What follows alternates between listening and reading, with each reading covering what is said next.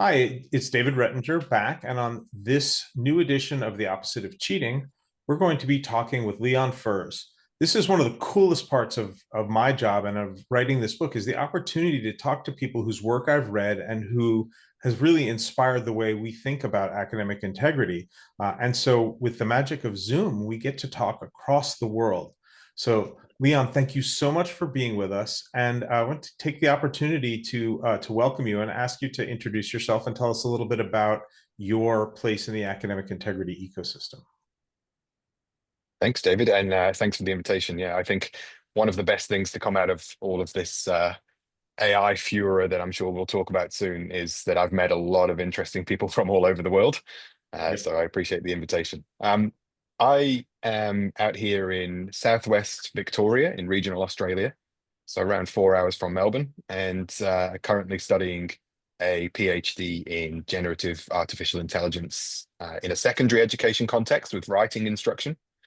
So that's PhD started 2 weeks before ChatGPT was released. Interesting timing. And my involvement with academic integrity, I guess, started in around about March 2023 in conversations with some universities that I'd been chatting to around this AI thing and what we do about it. So really, I come from a an English literature instructional background and wound my way into conversations about academic integrity, sort of as an aside to my main day job. I think that happened to a lot of us. We sort of stumbled upon this field for whatever reason, and it makes for a really interesting dynamic because a lot of us have training in just radically different contexts. So psychologists and literature experts and computer scientists, it goes on and on. Um, had you encountered this notion of academic integrity before you started embarking on the PhD journey? And if so, sort of what was your take on it at that stage? So my background is 15 years in secondary education and school leadership. So I was the head of English, I was the head of year level, and then a director of teaching and learning, which is sort of an assistant principal curriculum kind of role. So my involvement in academic integrity was very much around senior secondary examinations. I've been an external exam assessor for the English subject here in Victoria, and until kind of circling back to university and starting my PhD, which was a few years after I'd already completed my master's, I hadn't really been in formal education myself in a tertiary context for a long time. Obviously, when I started my PhD, one of the first things I had to do was the tick a box academic integrity module.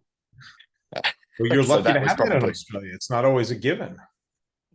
no, well, it's an interesting exercise, isn't it? That the first thing you do when you go into this, I guess, arguably the one of the highest points of formal education, doing a PhD, and some of the first things that you do are um, fairly beige ethics modules, human ethics, academic integrity, and those kinds of things. So up until that point, my understandings of academic integrity, academic honesty, and misconduct were probably centered solely in the secondary education world.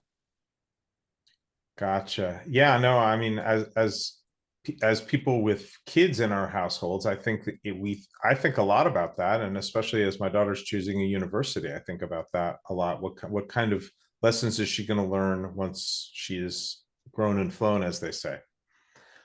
So, as you're working on the PhD and as you're beginning the journey, the book, as you know, is talks a lot about both pedagogy and academic integrity.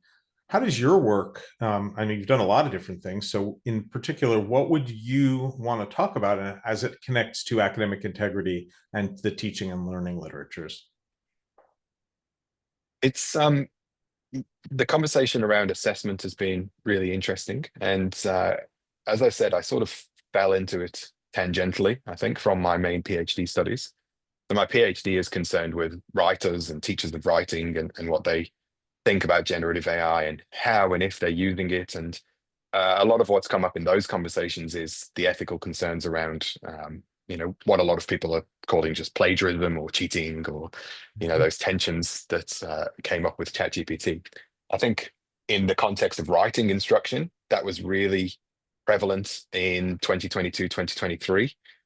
We even had those articles in the media around the end of high school English and the death of the essay. And we're still kind of seeing a lot of that rhetoric in the media, that language models are seen predominantly as cheating tools for written assessments.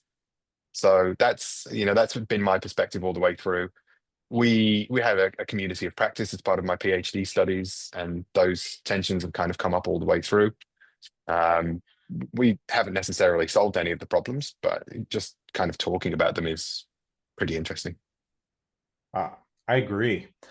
So as someone who thinks very deeply about writing, especially developmental writing, what let's start with what role do you think generative AI can play in teaching students to write and in having them produce writing not for developmental reasons?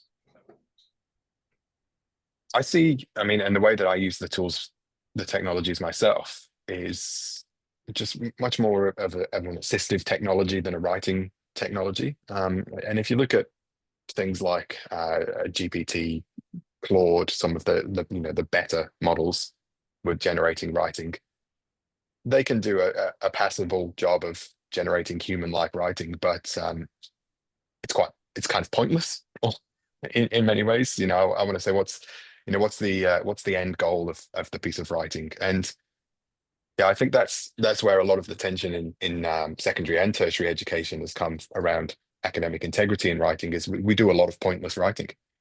All of a sudden we've got this technology that can replicate pointless writing and do that very easily. So what are we teaching the writing for in the first place?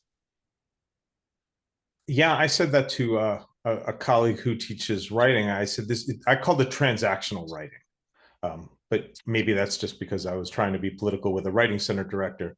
But yeah, a lot of writing is transactional. I used it just the other day to take a list of job duties and turn it into a text job description. It's pointless, right? It's the same exact content. It's just I was told it had to be in sentence form, so voila, it's in sentence form. Yeah, That it which the AI is great at that. It's oh, great at taking one form of writing and turning it into another. right, which is of course kind of the definition of plagiarism as well, right? So can you what are some examples of the ways you use it as an assistive tool in your own writing or in working with secondary students? I use it a lot for transcription, so audio transcription, and that means if I'm out and about on the farm where I live, walking around where no one can see me, verbally dictating um, articles, blog posts, and things like that, and then using AI to transcribe and to tidy up the transcripts. I find Claude mostly useful for that one because ChatGPT tends to, railroad your language a little bit too hard. Um, but in terms of editing and generating new text, I always find the technologies steer a little bit too far away from your own kind of ideas and voice if you're leaning on them too heavily. So I would normally go verbal draft, recorded, audio transcription, edited with something like Claude, and then copy and paste that into my blog and do the final edit. Got it. That makes a lot of sense. I suggested to a student today that she had a draft that she was organizing, and she wasn't sure if the organization was good. And she asked me, "Is this the right organization?" My response was, "Well, I have no idea. I have to read the paper." But why don't you try putting it into? We use Copilot. I said, "Why don't you try putting it into Copilot? Ask it to outline it for you and see if you like the outline." Mhm. Does that sound like the sort of thing that would make sense to you, or am I missing some problem that I should have caught? Yeah, I spoke to a group of secondary English teachers recently around something very similar, which is putting, and this is actually based on an idea we had in a book that I wrote about writing instruction pre-AI, so maybe published in 2021, 2020 or something, where you kind of reverse engineer the outline of your document. So you write the first draft and then you just numerically point 1, 2, 3, 4, 5 outline. So it's almost exactly as you're describing there, except rather than the student doing it themselves, they paste their original draft into AI and then do it that way. So yeah, this is exactly the kind of thing that I think AI is good at. I'm glad to hear that because I think I might have taken that reverse outlining idea from your book without realizing it was your book because I've been using that forever. pre-AI because it's so useful for my own writing. I do I'm that's sure I didn't invent it. probably not, but I might have read it there. Yeah, no, that's the only reason Trisha's in my book exists is because I know how to do that. She would have murdered me long before. Um, so how do you feel about the ethical aspect of misconduct? So, or let's look at the ethics of assessment, right? So if we're asking students to do something that we want to call pointless, for lack of a better word, is that okay? And if not, what's the alternative? Yeah, I think that's the big question around misconduct for me is, and I should give some context here because I was a pretty recalcitrant student myself when I was in school, and I think I ended up in secondary education like a lot of people because I didn't do a very good job of school myself. I speak to a lot of teachers who followed that kind of trajectory, Do better for and us for someone than we then was done for us. yeah, and I think a lot of misconduct happens because of disengagement and because of arbitrary tasks. So if we look at writing, even in my world in English, where you would imagine most of the assessment is going to come from writing eventually, a lot of the writing that is assessed is fairly arbitrary. And I want to say, okay, if we're setting these arbitrary tasks, then why are we turning around and then we're suddenly surprised when students are using AI tools en masse to get that job done? For me, it seems almost like common sense that they would use artificial intelligence rather than just simply misconduct.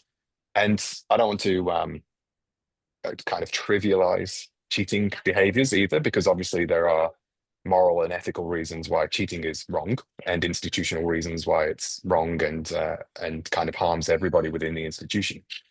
But I think there's at least equal parts responsibility from the institution and the student to address those issues. Yeah, I would actually go further and say that we shouldn't reasonably expect students to solve this problem until we make our own good faith efforts to get our own house in order. Mhm.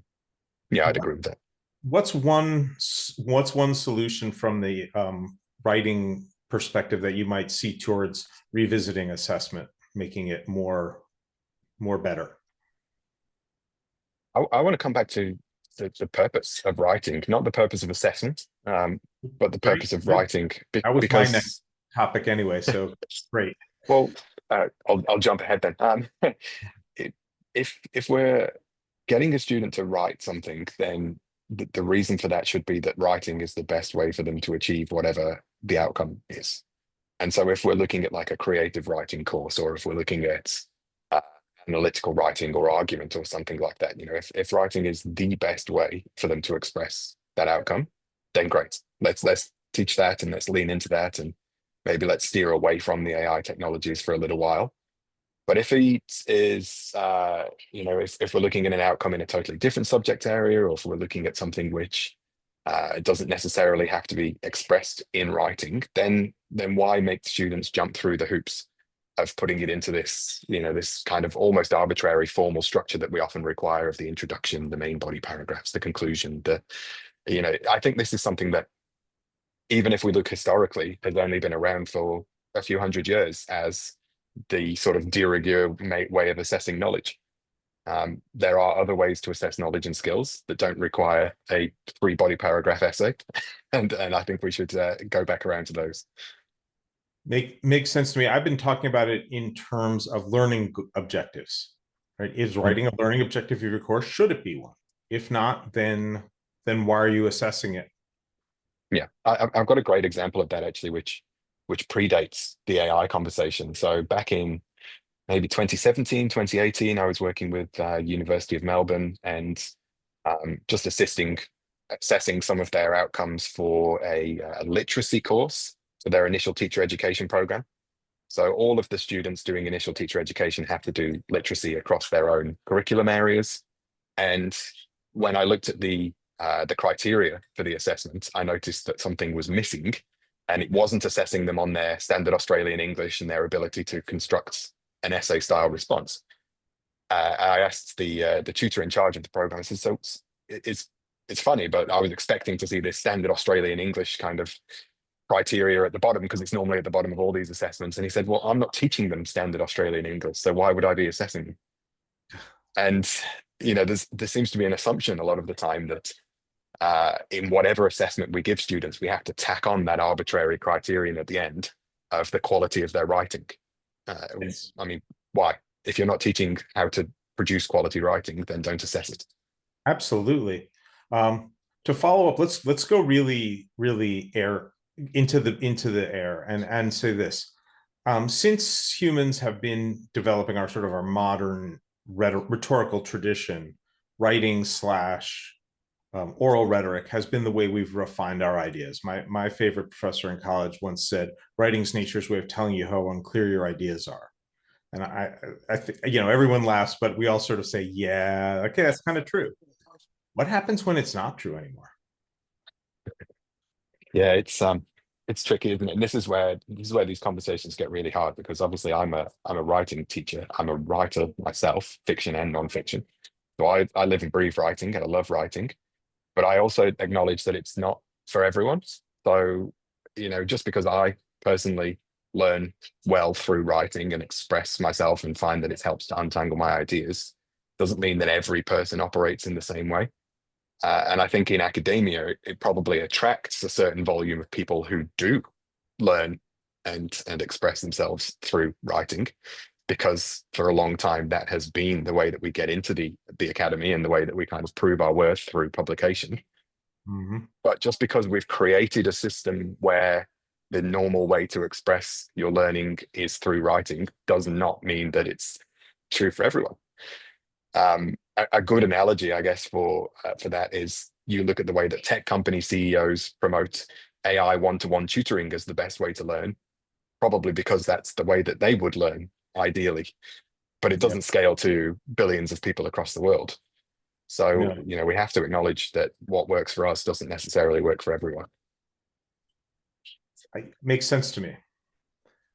So let's shift gears and get back to school. We've sort of gone into the air, which is super fun. But let's think a little bit. So you've had students presumably who have cheated in some way, and I use that term deliberately to refer to something that really felt like a breach of trust.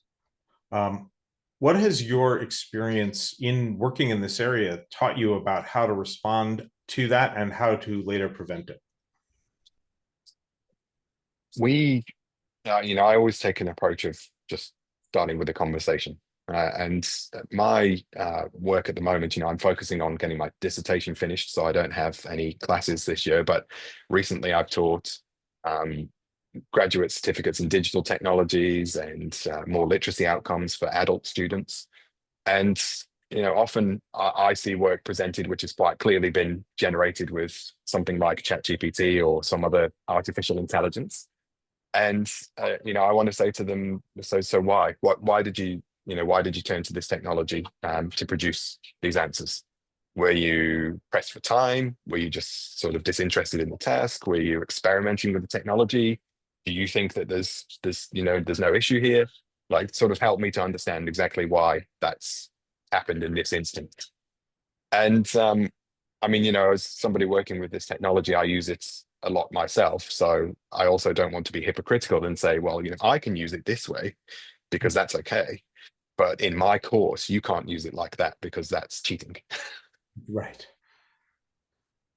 So do you, once you've had that conversation, where does that lead you in certain cases? So if they've been dishonest about it, how does your understanding of the uses of the tools and some of these reasons maybe inform your response?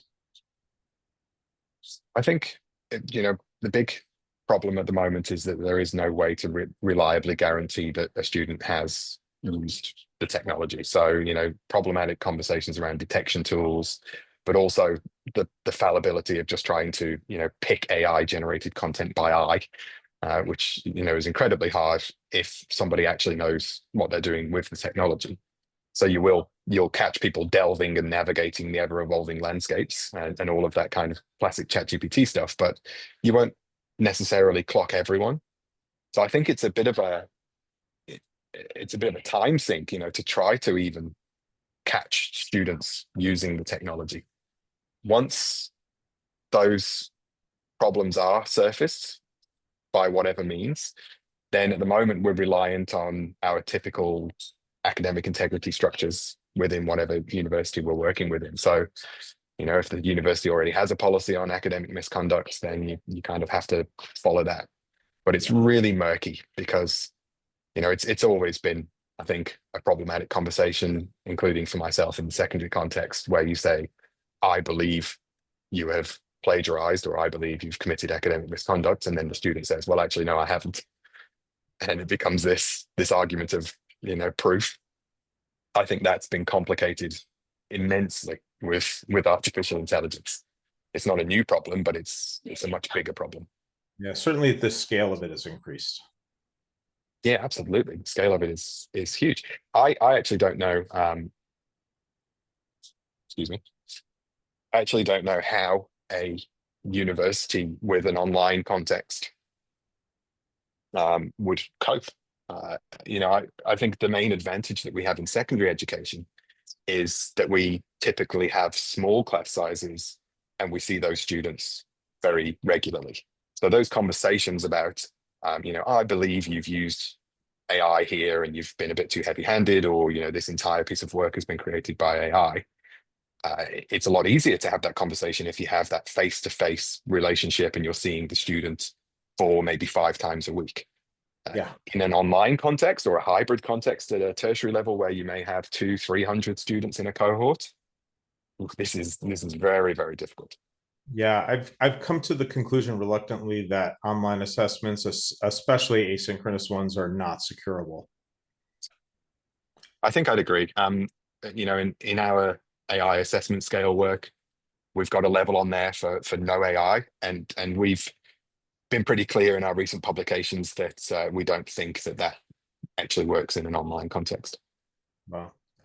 That actually is a great transition to the last thing I want to do with let you go. Before we let you go, is I think anyone who sees your name on the headline is going to want me to ask this question, which is, what advice, as we design our courses and execute them, would you give to teachers and professors who are thinking about academic integrity for the first time and trying to incorporate it into their teaching process, given what you've experienced and what you've researched?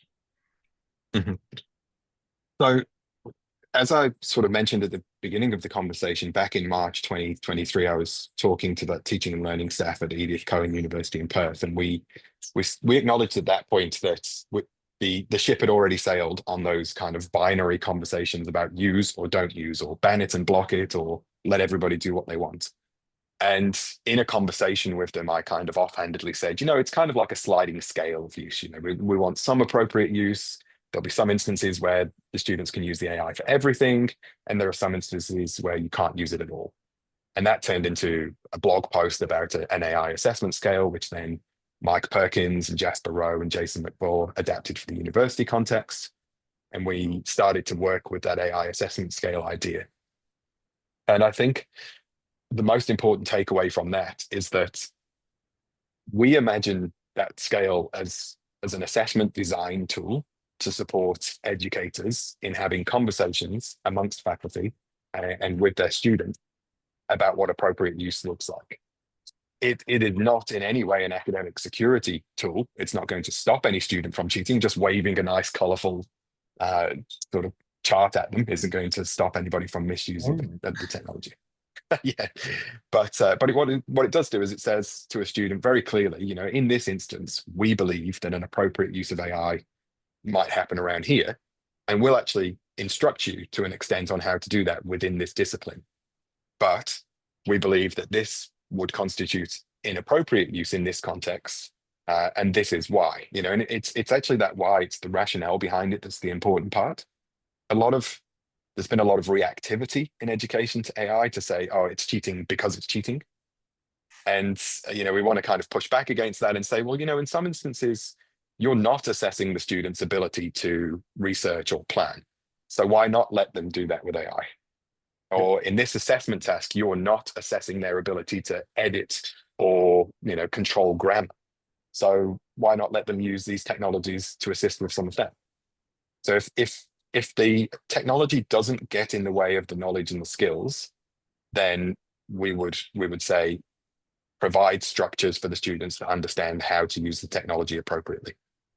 Imagine little sparkles and stars around Leon's head when he says that, because that's the point. It That is the point. connected to the assessment, connected to the goals. What Yeah. a great place to stop. Thank you so much for this opportunity to talk and for the community to hear a little bit about your history and perspective in the field. Thank you very much again for the invitation, David.